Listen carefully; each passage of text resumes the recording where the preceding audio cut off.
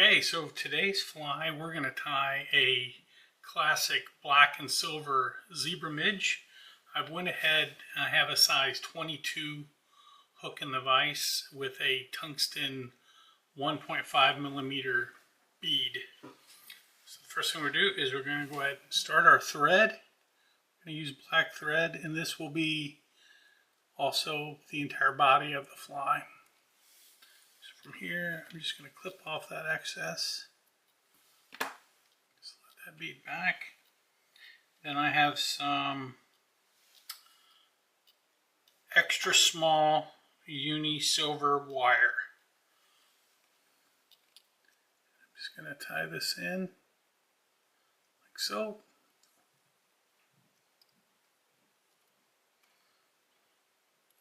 I like to go into the bend of the hook just a little bit on these flies. I'm going to come back up. I'm going to build just a little bit right here at the head. So the next thing, we'll just go ahead and rib this fly. Now the thing about a Zebra Midge, they're obviously simple to tie. They're a tiny little midge in the water column. They are responsible for catching a lot of fish. Real popular to fish these as on any sort of a dropper. My favorite is under a dropper with either a elk hair caddis or a parachute Adams. Depending on how deep I need to fish, depends on how deep that tag is.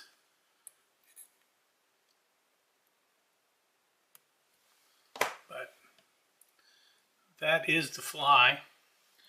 Super quick to tie, not very difficult. Now I'm going to go ahead and whip finish. When you tie these for yourself, if you want to epoxy them, you can, or you can just take your Sally Jansen's hard as nail and coat the whole fly if you want. That's generally what I do. So there you go. If you have any questions or comments, hit me up below. I'd love to hear from you, and until next time, I'll see you around the vise.